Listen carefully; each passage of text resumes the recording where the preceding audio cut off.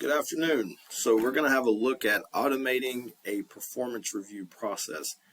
Previous to us building this automation, the process was for each person to physically handwrite down their comments onto a sheet of paper.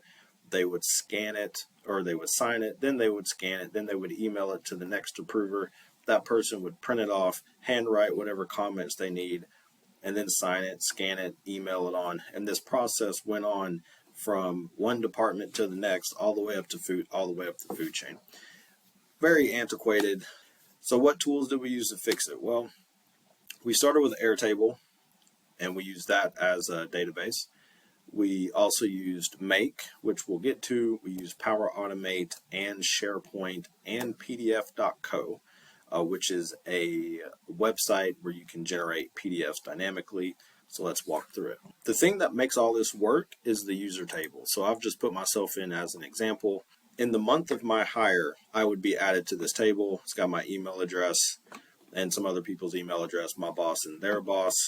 And the important thing though is the hire date. In this case, it's 7/24, which of course is made up.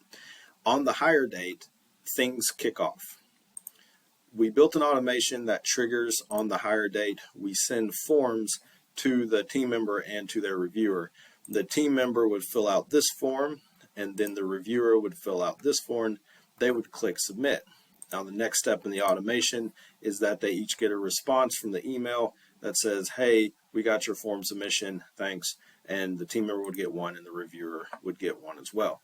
Now the information that they submitted via those forms are stored in their respective tables. So this table is for the reviewer's form. This table is for the team member's form. Let's switch to grid view.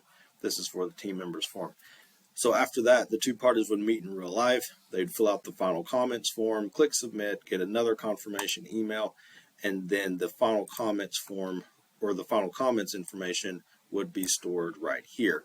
Now, after that, all the data has been collected, all the meetings have been had. It's time to combine all this into a single document and route it for approval. To do that, we used Make. So we stashed the information in Google Sheets, and then we download a template that we created previously. We load the information in there, we turn it into a PDF, we save a copy in our Google Drive, and then upload it to SharePoint. Once it's in SharePoint, Power Automate takes over. Power Automate routes that form for approval to the two emails which I had stored before as my boss and their boss. So we go up 2 rungs up the food chain. They both look at the newly completed PDF. They click approve in their Outlook, and it goes on to HR, and the whole thing is complete. And it's a much, much better solution.